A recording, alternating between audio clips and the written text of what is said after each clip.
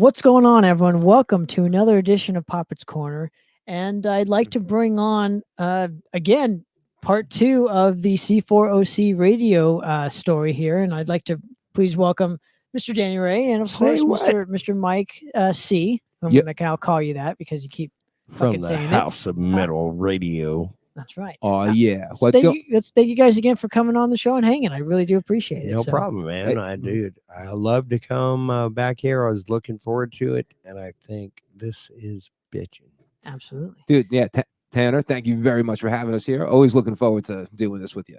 How you guys been? What's new with you? Staying busy as always. Summer's here. Trying to make sure not getting any swamp ass going on with all the humidity and that type of shit. But, radio stations staying busy. Also getting excited for on August 21st, the big 5th annual C4OC Radio Social Independence Day Bash. Yes. Can't wait for that. And some other House of Metal shows that are going to be going on later this year. In itself is kind of like a reflection of what we do the next year, as far as the House of Metal and C4OC Radio, as far as bringing bands into the light. Absolutely. Well, so last time where we kind of left out, we touched upon almost the whole story here, but there's like bits and pieces that I would kind of like to help fill in and get the actual story. And where I wanted to start was we were talking somewhat about the venues or whatever that kind of used to be here. Used to play not the Lunchbox. The hell was it called? Play the Lunchbox. Where's that? Where is that? Across from the Anaheim.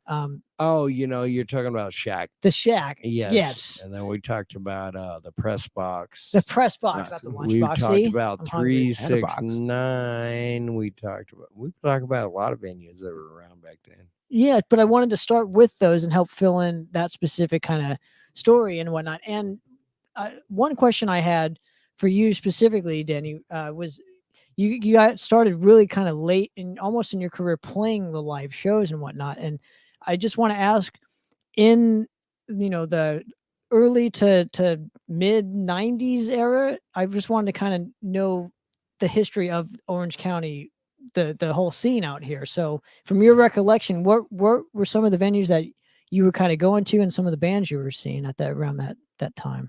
Well, back in my day, when I recollect, no, seriously, there was back in that time, dude. You would go like to Spearmint Rhino. You'd go to the Shack, the 369 Club. There's just the Liquid Joes. There's little clubs in and out of there that you would play to keep the momentum going. And so back in them days, we would try to venture out of the Orange County in the Southern California area. And, we would go to places like, the Whiskey, and we go to the Rainbow. We go to there's a place that I really am sad that isn't around nowadays. And that was called Johnny Fox Club. And that was up in Silver Lake. And it was just the coolest little club. It reminded me of the stages. They had a really good sound system, and they were really cool with the bands and stuff like that. And there's places like that, and there's places like the in LA, the Santa Monica was like Trips Lounge, and then there was the Garage, and then there was there's just tons of little spots that you could play back in those days that aren't here nowadays.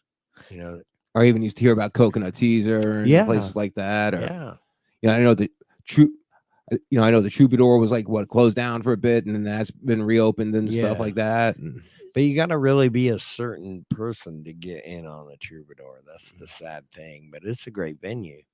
Now, these venues that you're kind of mentioning, were they all ages venues? I'm just kind of curious when the shift happened from, all ages into 21 and over kind of clubs in Orange County, because unfortunately, that detracts a lot of new fans from Right. getting into the style of music that we love so much. So when was that? When did you start to notice that kind of shift? And I'll ask you the same question and get your opinion on it. So Well, that'd be all him for out here, that's for sure. Well, there wasn't really a lot of all ages venues back in that time. I mean, there was really like Chain Reaction, who at that time also had a little spot up down south, and they did bands for a while, and then things kind of turned a little south, here, like we talked last time we were here, was there's a dead time throughout here, and it kind of fluctuated, and things would turn up and things would turn down. We talked about the OC Tavern, so the things kind of shifted up and down the coast a little bit. And so it wasn't really hot in one specific place. And then so about, 2000, 2003, different clubs started opening up, and they allowed to do things that you didn't do. I just got to give a shout out to the Chain Reaction, because I saw a video the other day that we did about 7 years ago at the Chain Reaction, and some just random person took that video. And I was like, but this is cool because it's a random person's Yeah. video. It's not all that, and it's but it was cool, and there was the Chain Reaction logo in the background. But like, there hasn't really been a scene for the for bands to play, and there be like underage group that could go in there. And I've always thought that was really crazy, because the majority of Orange County is underage. well, and how Mike, kind of same question as you, and I want to branch off at this point here. So go ahead. Well, he'd been playing in the band. I've just been on the booking end of things. Yeah. So I've only been playing the bands out here just over the past year, heck, not even a year since I've been joined up with Denny. But he is right. Since the whole time I've been out here, there really hasn't been any venue for kids to go if you're under 21, unless you're going to like some kind of all ages thing, and that's going to be at House of Blues. Yeah. I mean, or like a large actual venue. And you see, the main reason is because anytime there's a show that's going on for people that are under 21, they end up having to get more security. They have to change the. It's also costs more for the venue for insurance. Yeah. Once you get to that point where are you going to do all ages? Well, now as a venue, your insurance is going to go up. Yeah. And a lot of small business owners, they don't want to pay that extra. Yeah. All of a sudden, just say if I'm taking my younger brother, just say, for example, just say if I'm like 20, my early 20s, and I'm taking, a younger brother, hey, maybe I'm going to try to sneak him a drink, or his friends and that type of stuff. The venue is the one who's going to get in trouble for it. Yeah. Not necessarily who's ever booked the band. Bottom line, $1,500 bill. And the small business owners are not willing to afford to take that type of risk. And it doesn't matter, if it's like, even if they were to do it like once a week. I know, like where I'm from, back in Jersey, at least there would be certain venues where Sundays, for example, would be for all ages. They would at least Right. start maybe late afternoon.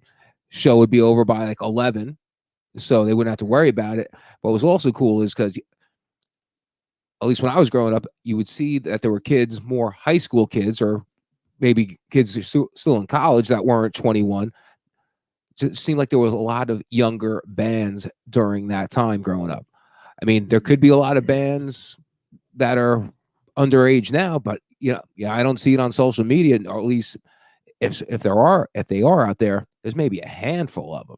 Yeah. Okay, this is a good point that I've wanted to cover on this specific show for a long time, and that is that is that in your opinion, is that because of technology? The reason why so many kind of, there's not a lot of people that want to actually play in bands anymore. They don't want to pick up an instrument. They'd rather, go on social media, or they'd rather Play a video be a games. DJ, or play video games, or play, computer, whatever. I think it's, in my personal opinion, just because I have an 18-year-old. He just finished high school. He plays with School of Rock. He's in their house band. In my opinion, he's a little phenom.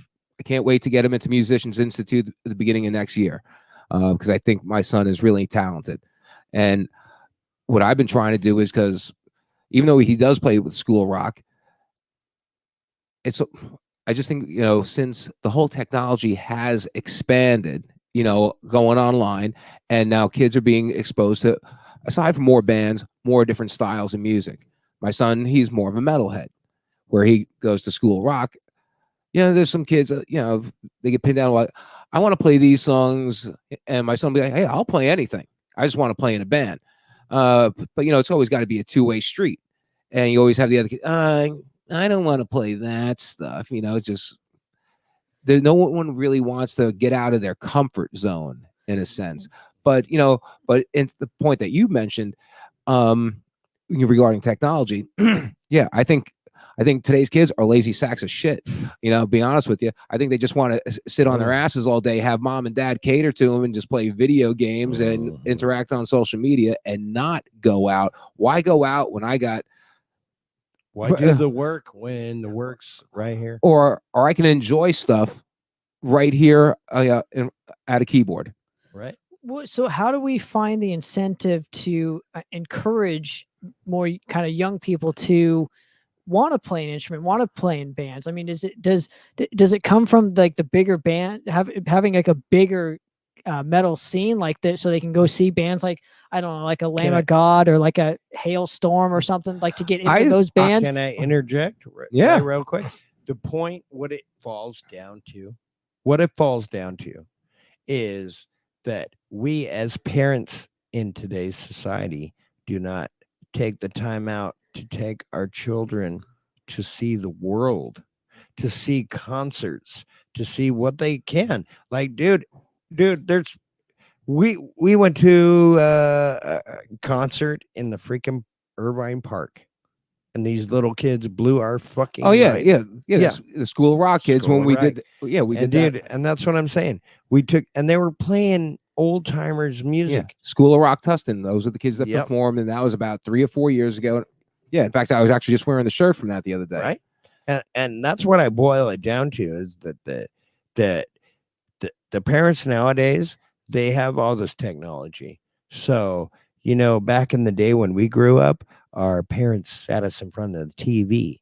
Now, if we sat there and watched what was ever on there, or we clicked through and we're like, this is all bullshit, and we're going to go out and do our thing, then that was cool. But a lot of the kids that grew up and are growing up from now on, now they're sitting in front of the phones.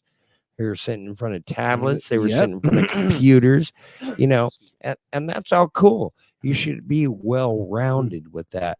That should be a part of your life, but that shouldn't be the only part of your life. You should get out. Parents should get out and take their children to music.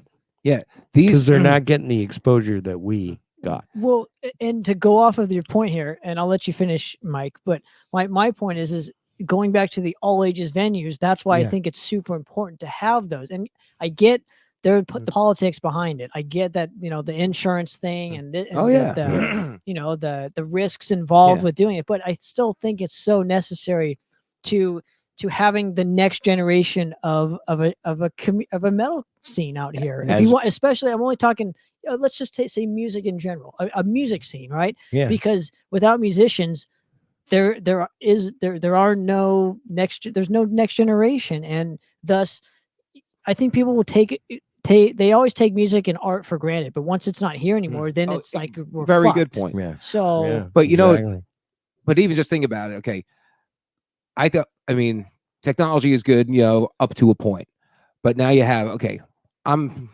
51. I'm going to be 52 next month. All right. when I grew up, there was no computers. Shit, when I was a kid, there wasn't even cable TV at the time.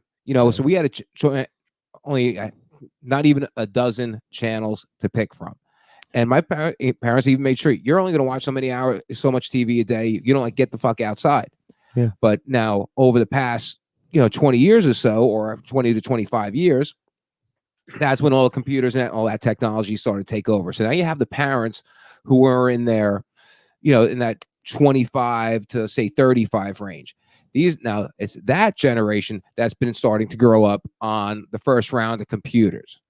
So that's like the first. And they don't want their kids to go out and get in society because they're afraid of weirdos. Yeah. So that's another part. But very true. Yeah. But that starts the first generation, in my opinion, of lazy sacks of shit. Right. Okay. They just want to get glued. I can get entertained on my ass 24/7, 365 by staring at some phone the size of a fucking index card.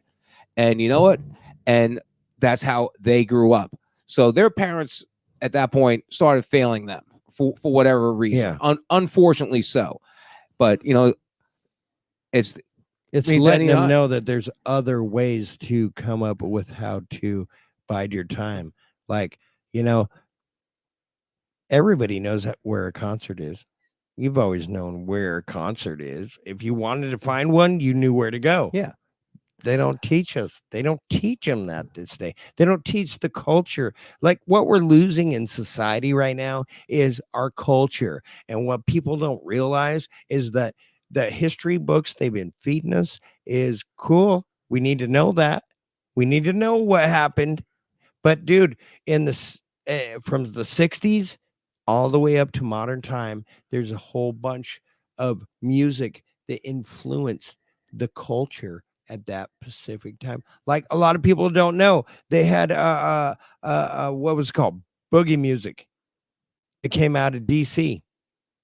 Okay, and it was just everybody, where it founded from was everybody was so mad of what was going on in the city at that time that the only thing they could do is gather in a park and just come up with, it was the go-go beat. The go-go beat came from DC. And dude, everybody, that's the only outlet that they had right there because nobody was listening to them at that time. So, and that's the history that we've lost in our culture, in our music culture, is there's other things that were going on that influenced the way we think to this day over the years by the music we had at that time. Yeah. Yeah. But also, at least with my kids, at least, especially,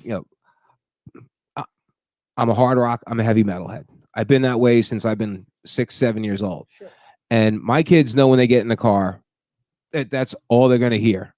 And from like the time that they were little, like even today, like I'm driving my kids around, whatever, taking them to karate lessons. And as soon as I get in there, I got Void Vader's newest disc. And it's even great. I got my 9-year-old daughter, she's like, "Hey daddy, turn it up a little bit louder."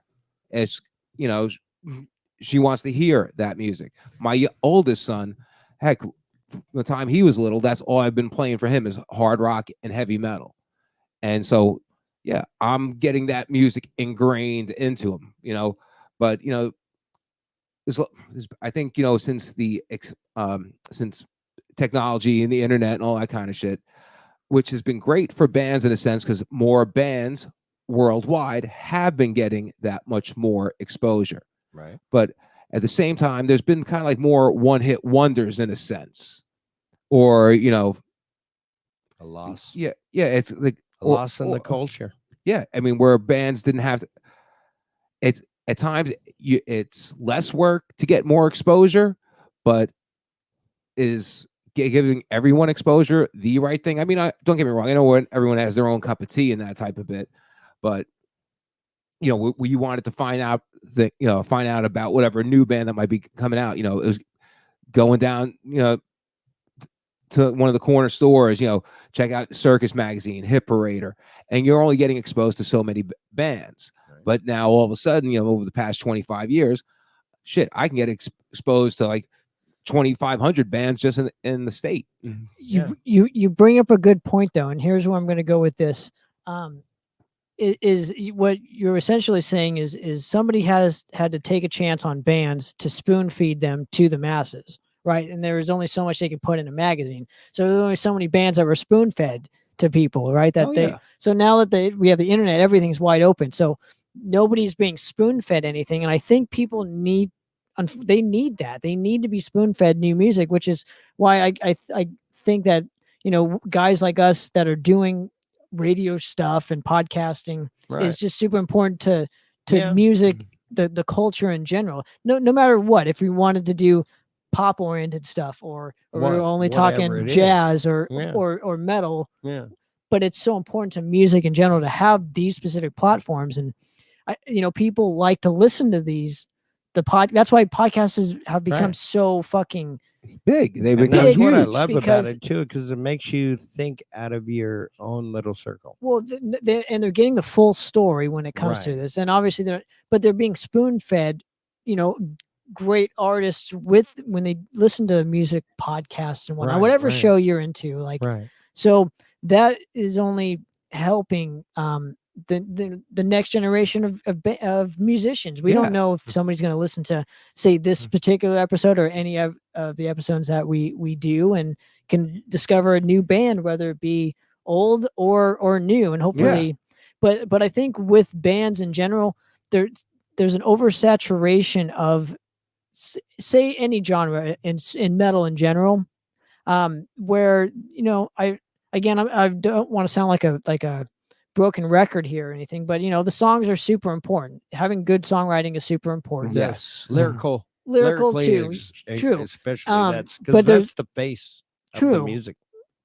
But there's also the production side of things, and making sure that records sound great and have good songs and whatnot. So, but there has to be an accessibility to that specific band or song that'll turn somebody onto that specific band or song. Hopefully, making sense here. How many bands do you know, and you and I, that haven't even made a record, and they're just phenomenal bands, and they could influence the world in great ways, but they haven't even made anything that we could tell you about? Or it was kind of interesting. A couple of weeks ago, I go over by Denny's. And going through all the emails, because a lot of bands had set music. And so we're listening, like there was one particular music company. And they sent us a whole bunch of music from a bunch of their different bands. Remember going through the emails a couple of weeks ago? Oh my goodness. Oh God. Now this, whatever, local music company or underground music bit.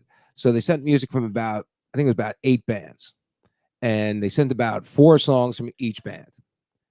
And so some of these songs were good, and others were not. Like some of them, we be honest with you, whether it's just been the music itself, the lyrics, or even just the production, sometimes we weren't even 30 seconds into the song and we're like, no. Yeah. Because it was just, there's something that's got, as a listener, if you're putting out music and you're not getting your desired audience, something's got to grab you in less than 10 seconds right from that start.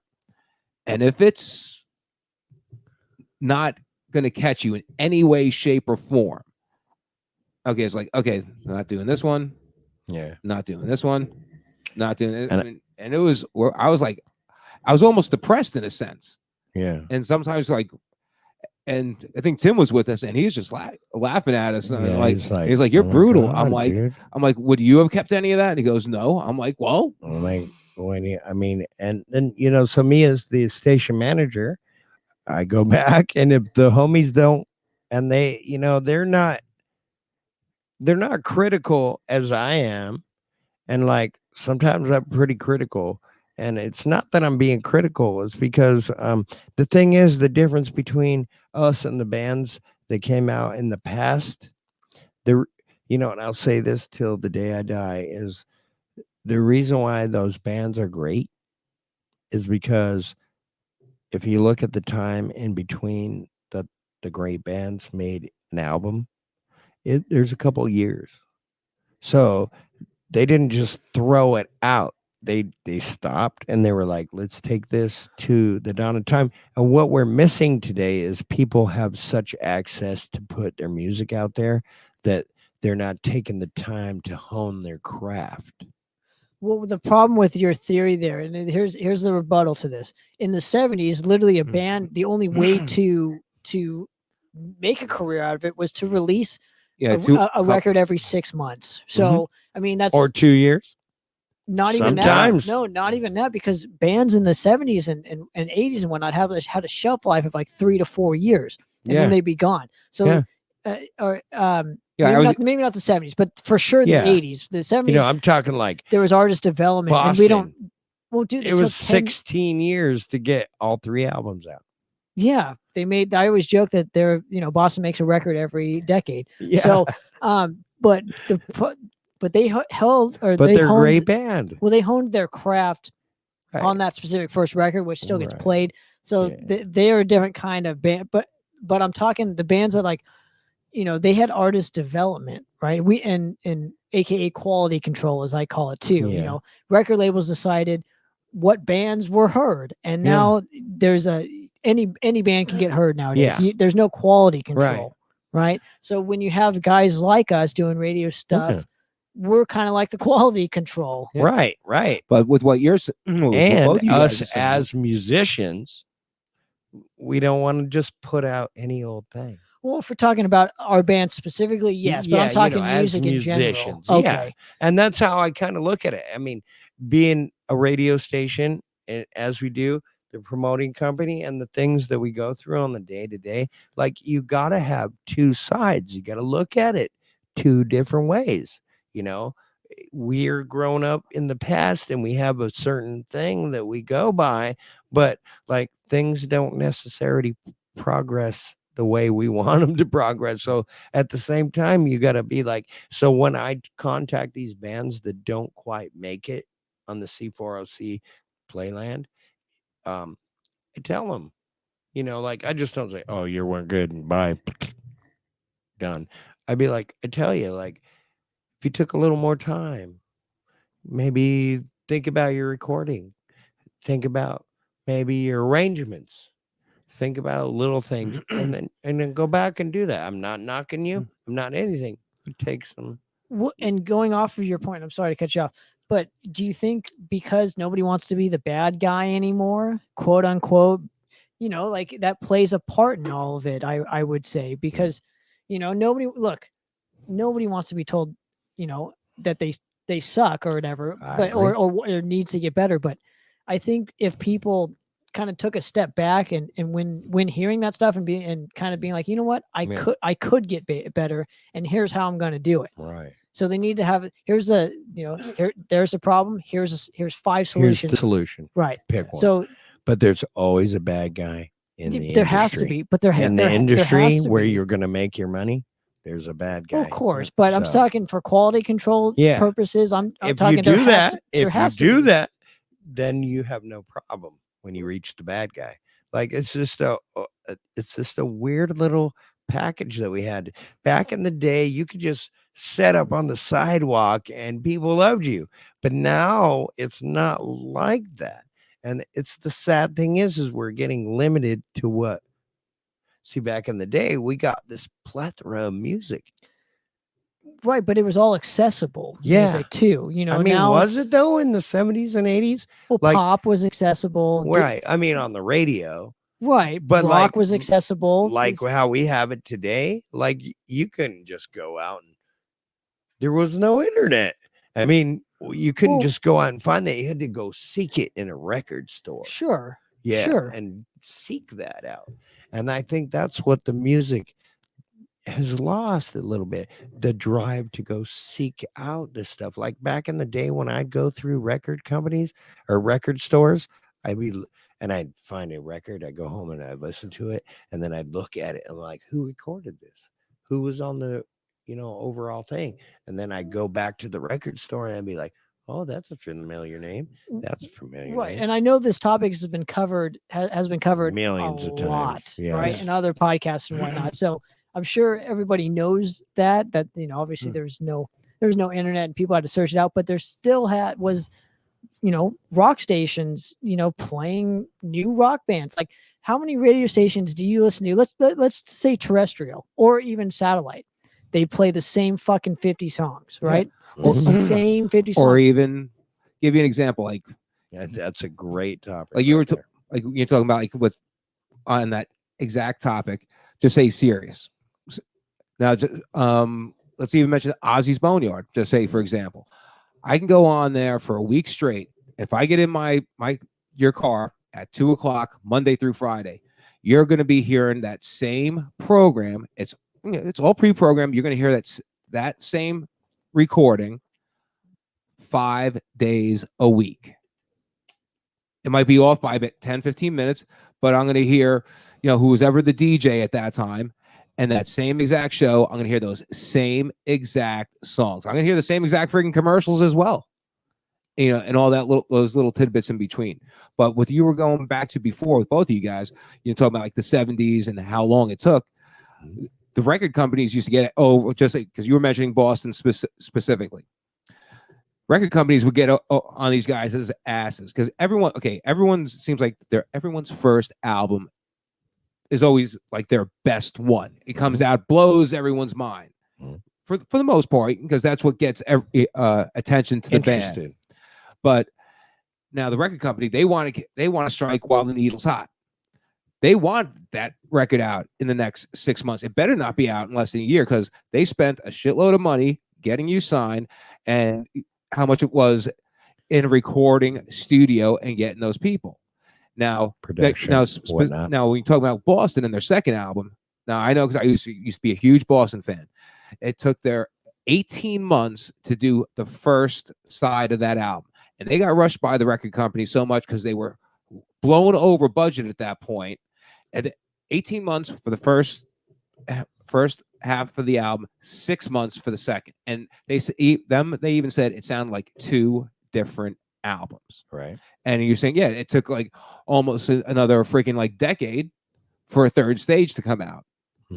Yeah, it was all the differences in the band and blah blah. It would be Don't Look Back, but close. Yeah. But Don't Look Back was second. Yeah, he's talking second album. Yeah, but I kind of have to disagree with you as far as the first album blows everybody away. Not in the 70s. It was you had artist development, so bands didn't hit their stride until the fourth or fifth album. Look at Kiss, for example. Yeah, first three albums didn't sell a heck of a lot, and then the fourth album, which was technically Alive, right? Yeah, Alive. That's the one that broke them. Well, you know what it was, because I'm from New Jersey, right outside of New York. You couldn't go anywhere, even when their first album came out, got more attention because their first album, than their second and third albums. I see, and that's being realistic, because I mean, everyone thought Alice Cooper was shocking at the time. Here's fucking Kiss, and it's like, what? Right. Jesus Christ am I looking at? As you were saying, hey, you're going to the record store or whatever, and now I'm flipping through records or whatever they had in the window at that time, and you see, I mean, because if you weren't hearing it on the radio or seeing it in a magazine at that time, that's why artwork for bands was so essential. It was so damn key. Because if I didn't hear this band on the radio or read about them in a magazine, I better have recognized them from their cover of their album. Yeah, and their shit had to be looking phenomenal. Like a band like Kiss, or even like Molly Hatchet had some cool ass looking album covers. Probably the best album cover in. So if you're not getting the radio play and you're not getting the attention in a magazine, you better make sure your artwork is going to grab someone's eyes and be like, and blow their fucking minds and say, I don't know a damn song on this, but by how this looks, I have to listen to it. So from that point, you got to make sure that your album stands up to the cover. So, and that's to the test of time. A lot of bands did that PR thing, and then they just didn't hit it in the they didn't hit it in the market. Well, I think most bands what fail to promote it even in the PR sense. I think a lot of bands don't even do PR and don't think it's important enough to do, which I always, again, I sound like a broken record. I'm talking about the same Tanner topics here. Poppitt, my friend. But it's realistic. But you but it's are fucking real. singing our dilemma to the modern technology right now. But to the modern band. And most like here's an example for you. So we were talking about album covers and looking through the bins and whatnot. I'm still that guy that if I see a cool looking album cover, I'll buy the album. Right. And I sometimes I don't even hear a note of it. I'm just like, this looks like it's up my alley. Yeah, you're tripping on the right. Yeah. Right. Sometimes it's not good, but I still like that old school mentality of let me take a chance on it and see if it's any good. I'm still a physical media guy.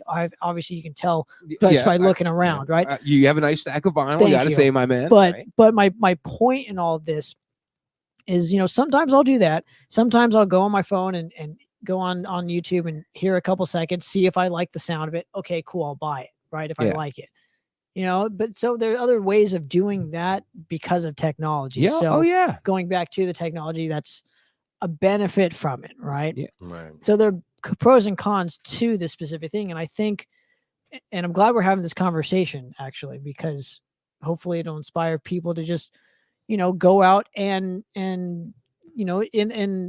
discover new music that way, or on Spotify, whatever it is that their medium is, and look at an album cover. And even bands. Right. Go out and learn learn the total approach where you're in. It really is. I mean, of course, the music is the most important thing, no matter what.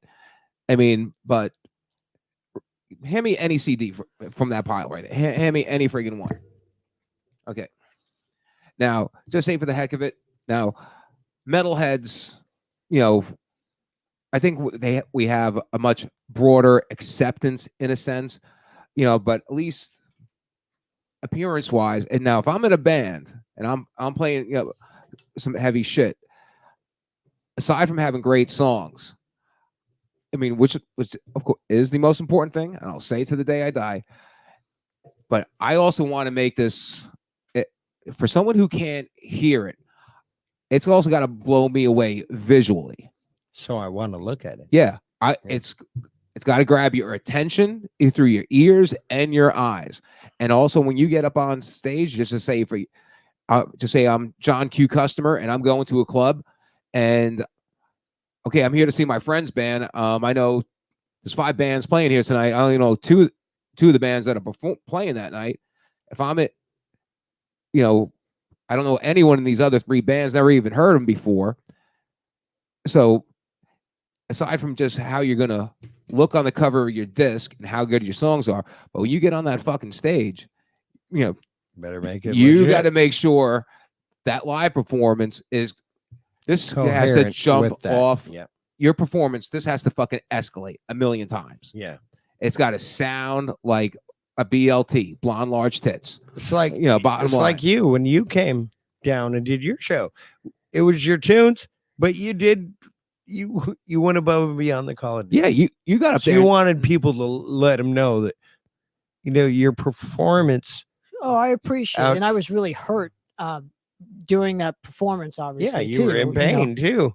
And so people don't think about that. Well, again, I'm not trying to tune my own horn, but I have the mentality of, I always want to just crush a life. I don't want people to say crush a life. I don't want people to ever say that Madras sucks. Yeah, like you live or whatever. That won't ever happen on my watch, because if I'm the guy fronting it, I'm going to make sure that you're paying attention to us. Right. If it's 20, 30 minutes, I'm going to make sure. Again, it's only 20, 30 minutes. My mentality is, and it's a kind of a competition factor here, is I want to be the best band on the bill. Period. End of story. I don't care who we're playing with. If we're playing with the biggest band in the world or the smallest band, we're going to bring our A game. We're going to give the people what they want. Level. And here's the bar. Okay, so I've watched all these bands, and I'm like, okay, there's the bar. Now we got the bar's here. We have to go past that. Yeah. Bottom line, I don't care who you are. It has to be A+. And the last show we played, obviously it left an impact because you brought it up here. So right, somebody remembered it. So I'm just saying, no matter how many people are in the audience is irrelevant to me at this Yeah. point in the game. It's just a matter of just going up there, crushing it, because you never know who's in the audience. And dude. I think that's our thing that Mike was bringing up is like this is your front office. This is your That's your calling card. sidewalk. This is your calling card. This is your business card.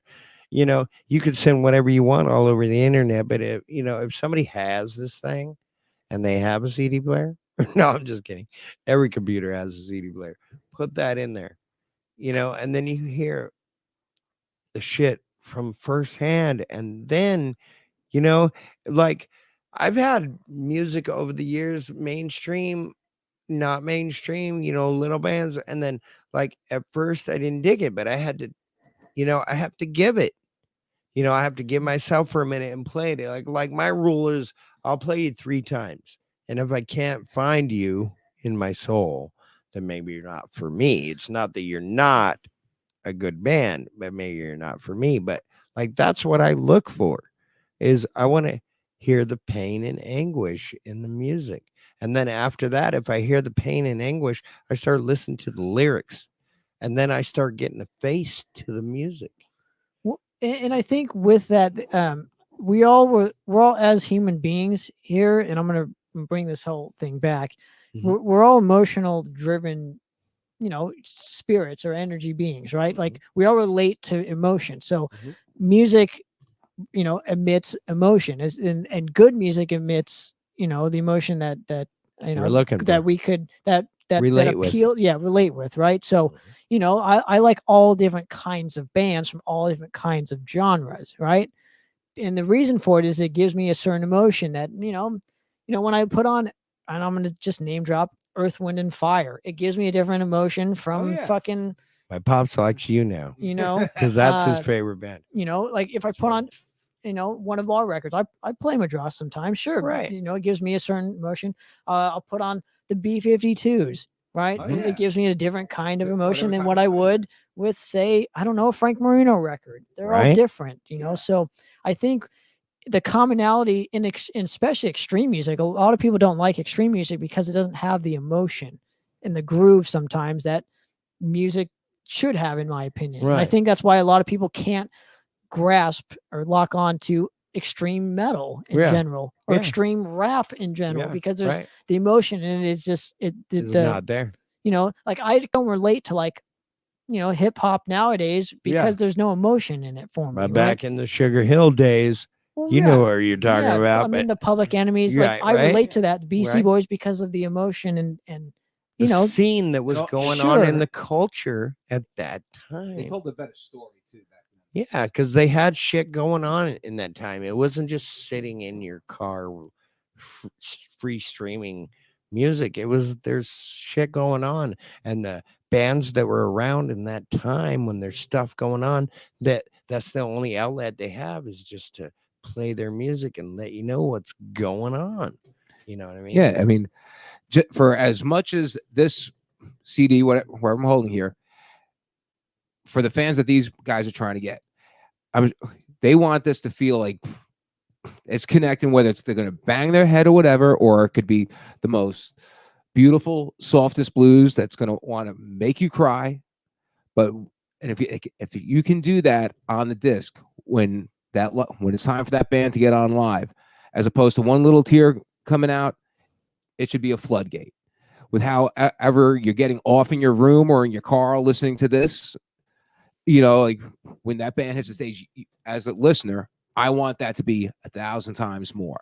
Right. And people go out to shows to get an emotion from said music. Yeah. Like the reason why I go to shows when I see a band, if I like a band, it's because I get something more out of it than just watching performers perform, right? Oh, yeah. Like I like getting an emotion. So like when I see a great band play, like, I'll buy a CD. Sometimes the CD might not give me the same emotion as when I saw that said band live, right? That just shows, the musicality of those said musicians and the band as a collective unit, compared to, say, just a recording or whatever, right? So there's two different entities, but I think it shares the same commonality, and that's emotion. Emotion. Oh yeah, whatever. driven, Yeah. right? Whatever with that. emotion it is that you're going out for that night from that band, then like heck yeah. Like, as musician wise, like I'm in Denny's band, and he comes to us with, hey, this is one of my songs, and we're a blues based band. It's more of a blues based rock band. Yeah. And he tells me, you feel something, just go for it. And whether it just be maybe particular sound, I mean, since it's two different guitars, most of the times I'm playing a slightly different sound than his, or sometimes it's noticeably different. Yeah. It's to get that extra vibe or feeling there. Like, in fact, that song we were just even working on last night. I mean, if you don't try things, you're never going to know what you're capable of. Yeah. Right? Or even just like, or, you just with bouncing that idea around, all of a sudden there's that certain sound, and we want to bring that live and to get that feeling, So, so let me bring it back to my initial point here and have you guys answer this. How do we, as musicians and whatnot, create that emotion and not be afraid to create that said emotion? Because we're always trying to just, not be wimps or whatever it is, to incorporate that in music. And I've always just said, hell with critics. I'm just going to do my thing. This is what I like. This is what I would like to hear out of a band. Like right? me personally, at least with playing with Denny, when I'll be listening to the song or have the song in my head, and just if it's a bit different, I mean, usually it's the same song, or just maybe making this one part of a song explode more. Could be even just the same chords, the same notes, but just how it's Have played. a different attack. Yeah, exactly. Yeah. Or whether it be softer or because that much harder. Our band is we cover bands. We have original music, but the bands we cover, you already heard that music. So we're trying to give homage, but we want you to know that we're doing the band. Yeah, like aside from one of the covers that we do, everything, all the rest of them don't sound a fucking thing like the original. But how do we make musicians kind of less afraid to take said chances within their music? The risk, right? Like that's what I'm trying to ultimately kind of, hopefully we can answer or somewhat answer it. Well, what you were saying before, like, regarding like just sometimes, shit, what was the point you were getting at before? Where like we were listening to certain songs, and like, how do you get that point across to someone in the band? Like, hey, maybe who's got to be the bad guy in the band? Sometimes like you have to have a rooster. Yeah, you can't be all hens. I mean, realistically, yeah. Unfortunately, there's got to be that one person in the band that says, hey, I don't like to be the bearer of bad news, but I mean, sometimes you just have the control freak in the band. Like, hey, this is my song. This is how we're going to play it. And if you don't like it, go fuck yourself. Yeah. I mean, and unfortunately, you have to be like, hey, you know what? That in terms of that, you have to come to a commonality. Yeah. You have to, you have to, it's a give and take relationship within a band. So I guess, I'm not talking in terms of that. I was just merely talking business wise and creatively wise. You have to have, when you have too many chiefs, it's not good. When you have too many Indians, it's not good. You need to have a balance. What I believe it boils down to is, you need the dad in the band almost. Well, no, it's just like you need to take it to the next step. It's like you need to take it from being a question to a statement. So if your band has done its work and stayed at home and it's honed its craft and it's even double checked its boundaries, then when you come out to make a statement, you'll make a statement. I mean, all the music that we've had in the test of time, it may be, but they made a statement. That's what it's about. It's just not filling a time slot. It's about an art. And like, if you want to take it to the next level where somebody's going to see you, you got to be not scared. Right, And- and I was trying to, again, to my question, how do we how do we convince people that it's okay to just take the chance, just fucking go for it? Well, There's way okay, too many cookie cutter bands learn out your there. craft. I'm not a Bon Learn your Jovi craft. fan. I mean, trust me, I'm from New Jersey, but I can't stand Bon Jovi. But the thing they used to do in particular, which was smart, they had the pizza test. What they would do is, when they got done writing their songs, whatever, they had a recording. They went down by this local pizza parlor, and they would play it they would have their music playing, and like, hey, what did you think about that song? It's almost like they would have people that were coming in there almost as their litmus test. Yeah. Quality control. Test. Yeah, exactly. Yeah. Like, And there's nothing wrong with that. yeah, like, oh, that's hey, sometimes it was good, sometimes it was shit. Yeah. It's like, or like, or at least, at the same time, you have to have an open mind. Unfortunately, some people don't like to hear the negative comments or the constructive criticism in any way, shape, or form. It's always like, no, fuck that. Yeah. But to answer your question, bands coming up need a solid place that they go to, like stages, like the Doll Hut, like that, where they can go and test it out. And it's true. Like you just said, like the people were like, "Oh, we like that. That was kind of boo boo," or they were like, "What do you woo?" But you need a common ground that you could test your music on, because are you going out there naked as a jaybird, which many bands has done. And they've succeeded in Yeah, that. luckily some have and some haven't. Well, yeah, but at least those are the type of chances that bands, should And be you taking. should take chances like that. Like if you have a Reverb Nation and you want to get on movies. Who the fuck still uses Reverb Nation? There's a lot of bands, and you'd be surprised how many bands get actual movie jobs That's awesome. from Reverb Nation. Learn something new every day. Yeah, no, it's like it's still there, and it's a place you can go, and it's a place where a lot of people can find new stuff. But what they do is they also journey out and find shows, find gigs. There's lots of bands. Ravenscroft got their last album was recorded from a contest that was won on Reverb Nation. So did they tour for this said album?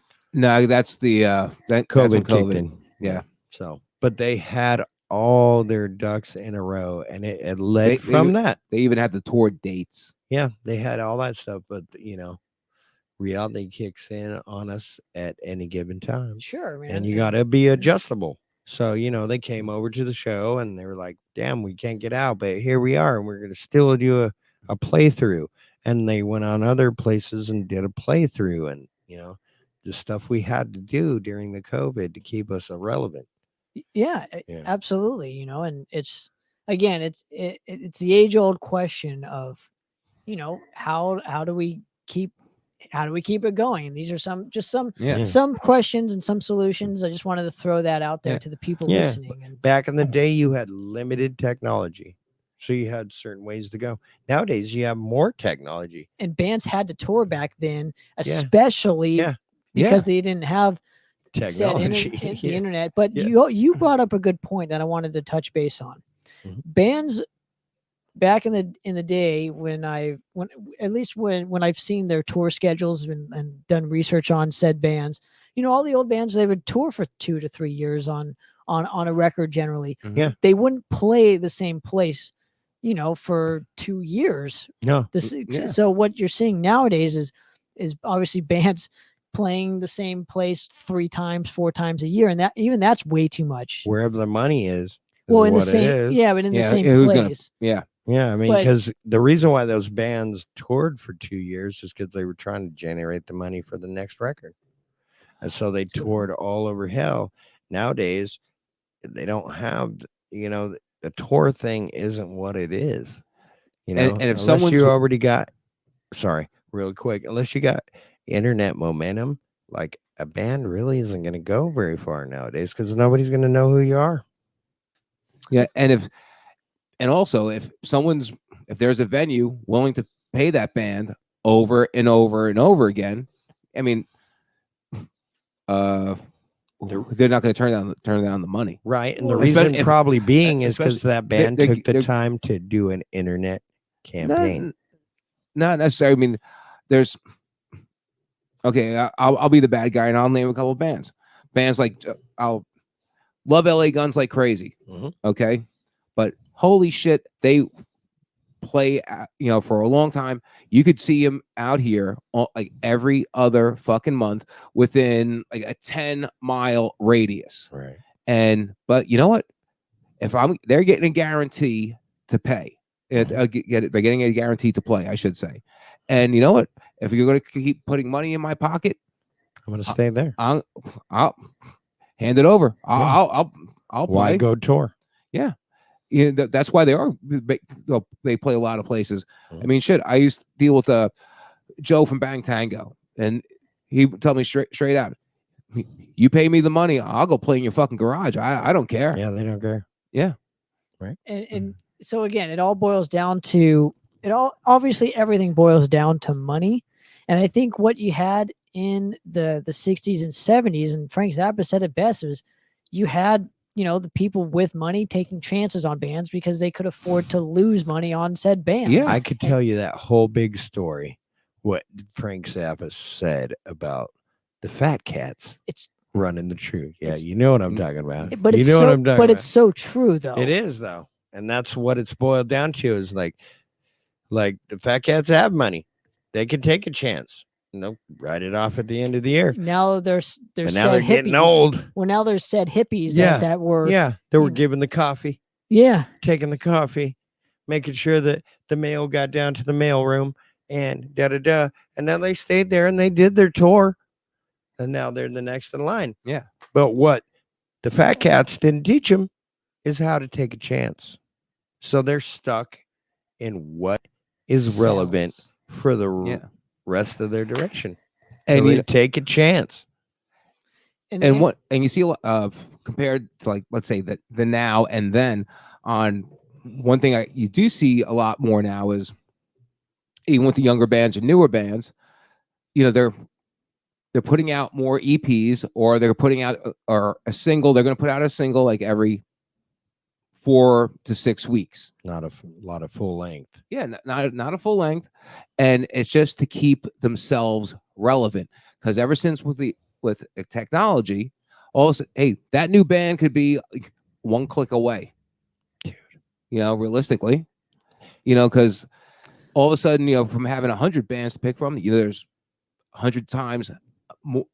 100 times. So, but how does a band become a band to where they don't need to do that? And I'll give you a perfect example of this. We've experienced some of that, right? To where we don't have to fucking release a single after single or album after album, right? Like Power Trip is the best example I could think of with this. They made a record in 2017. Obviously, everybody knows it. Nightmare Logic. Still gets talked about. Still, it's still relevant. It's still so. Again, how do bands make their music that relevant to where they don't need to fucking rely on doing that kind of thing? It's a lot of setup. One, they struck a chord with a huge mass of people, no doubt. But also, who's ever their manager, or it could even be the guys themselves, knows how to generate it across. But there's one of the few bands that are willing to go out and to make all the radio station stops, do whatever they can. Maybe not eat. Doing all the tons of little sacrifices that it really does take. Mm-hmm. They're going to make those extra stops. They're going to make those extra road trips, whether it's a radio station, Poppitt's Corner, do all those extra interviews. That way they're going to keep getting themselves turned on to more and more people, or just to keep themselves that much more relevant in a news stream, in a feed, whether it be, When you say that, I can't help but think of Void Vader. That's one of the examples that we as bands should take, because like they go out and tour all over, no matter what the hell's going on. They don't go home to their hotel room on the tour and just not socialize. These people get a table like this and put their merch out there and stay there till the end of the freaking night. And then they go the next night and they do the same thing over again. The thing that is, bands aren't doing what it takes. Yeah, it's they don't. They have more drive. Yeah. It's like some bands want it more than other bands. Some bands are just willing to do whatever it takes, and they're fortunate enough that they have other people in their corner that support them, will help them. Okay, I got them booked, coming up in August, doing an outdoor show at the Doll Hut. I've been in touch with their tour manager many times, and and just their other people, whether between Ripple Music that they deal with and the tour manager, and it's just great just knowing how big they are, just not just here in Southern California, but all over. But from here throughout the Midwest and everything. I mean, and what I say, that the whole key to that whole just juice they got going over there is that Void Vader makes sure the content is top of the line and that they know it and they play that shit to 100%. But also, or they couldn't sell them. Sure, but there's also politics that play into it too, right? There's always politics that play into certain kinds of things. Whether it depends what you believe in. I always firmly, unfortunately, I've seen it just from cancel culture and all this shit. So it's all like political, which kind of sucks too. So you have to have the politics of the politics. Well, yeah, but you have to have the right people in your corner. So you have to have the big magazines in your corner. You have to have the big labels in your corner. Yeah, and that's kind of nobody's going to believe it if they don't. And you have to have the quality of material too. That plays a huge role to where they can sell it. So again, the accessibility. Gotta give them something to sell. But gentlemen, I really appreciate you coming on the show and hanging with me. Dude. Why don't you give out the links for C4OC Radio? Tell people what's going on with the House of Metal camp, and anything else that you guys want to start promoting. So, okay, for anyone who wants to check out C4OC radio.net, it's www.c4ocradio.net. We have a bunch of different shows going throughout the week. My name is Mike C. I do the House Metal Radio Show, which goes from 8 p.m. to 10:30 whenever p.m. BST. Yeah. And remember, it's a rock and metal show. It's not always going to start on time. It's not going to end on time either. Well, the good thing about the social media that we got, people know it's coming. They'll wait for you. Yeah. So, we're not $1 billion. You don't see MGM on our logo, so you get what you pay for. We're not in that lofty office building but if we were, but it's cool. There's a whole bunch of things that C4OCradio.net does. I was mentioning the Thursday night with House Metal Radio Show on Fridays at 5 p.m. Pacific Standard Time. Tiki with Zachary Neville, and he brings you the best in local artists, and he's from New York. So he tries to take you through a little tiptoe through New York back in his day, the bands that were coming out with like CBGBs and stuff like that. And he tries to make you a part of what was going on in New York City. So that's Zachary Nibble, 5 p.m. Fridays, PST. Yep. Sunday. Saturday actually. Saturday is sometimes Saturday. My pops, he's been a little under the weather, so we don't try to run him to the ground, but that's the Crow's Nest every Sunday, and he brings you what's funny Saturday, and that's what's funny and new going on with our blogs. My pops, he writes a lot of the blogs on our website, which is c4ocradio.net/news, and he does a lot of brings the funniness to our show on Saturday. Now on Sunday we have the Sunday Blues with the Bone Daddy. That starts at 9 a.m. Pacific Standard Time. Right. Then after that, we well, the thing is, the Bone Daddy starts at 9 a.m. on Sundays, and we get picked up by Global Enlightenment Radio Network, which is /iHeartRadio. And some of our shows get slapped on iHeartRadio. So we start off with the Bone Daddy, which is the local blues around here in Southern California and all over the globe. And then, it's a variety show for the rest of the day because they give us the wire to go live. And we do. And so we might play mainstream music, Southern California mainstream bands, or we might just play another one of our shows during the week, or I might just throw out a whole bunch of our playlist bands and give it to you all day long on Sundays. So Absolutely. Yeah. And I want to thank you in advance too. I should mention this great great coffee cup with the C4OC logo, and I put a Madras sticker for me. If you want one of those, get the best of both worlds. Yes, right. If you want one of those, please come to our C4OC Radio Independence Bash 5, which is located at 604 East Dyer Road, Stages in Santa Ana, California. And it's our 5th annual C4OC Radio Bash. And my good friend Mike will tell you the bands. Yeah, we got a bunch of bands all set up for that. Our headliner this year is going to be our good buddies in Heretic.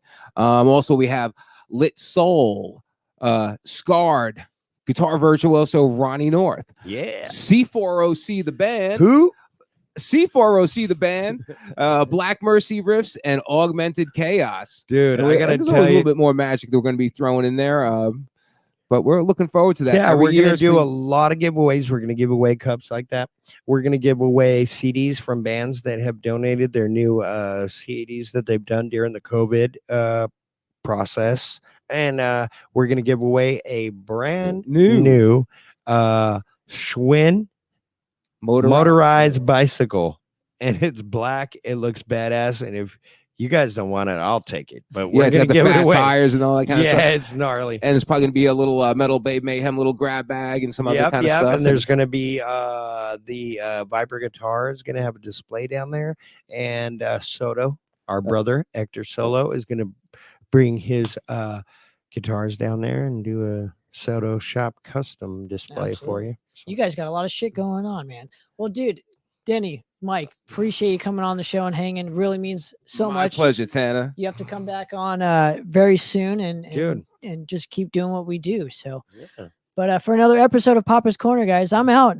Dude, hey, thank you guys for tuning in. Love you. Cheers.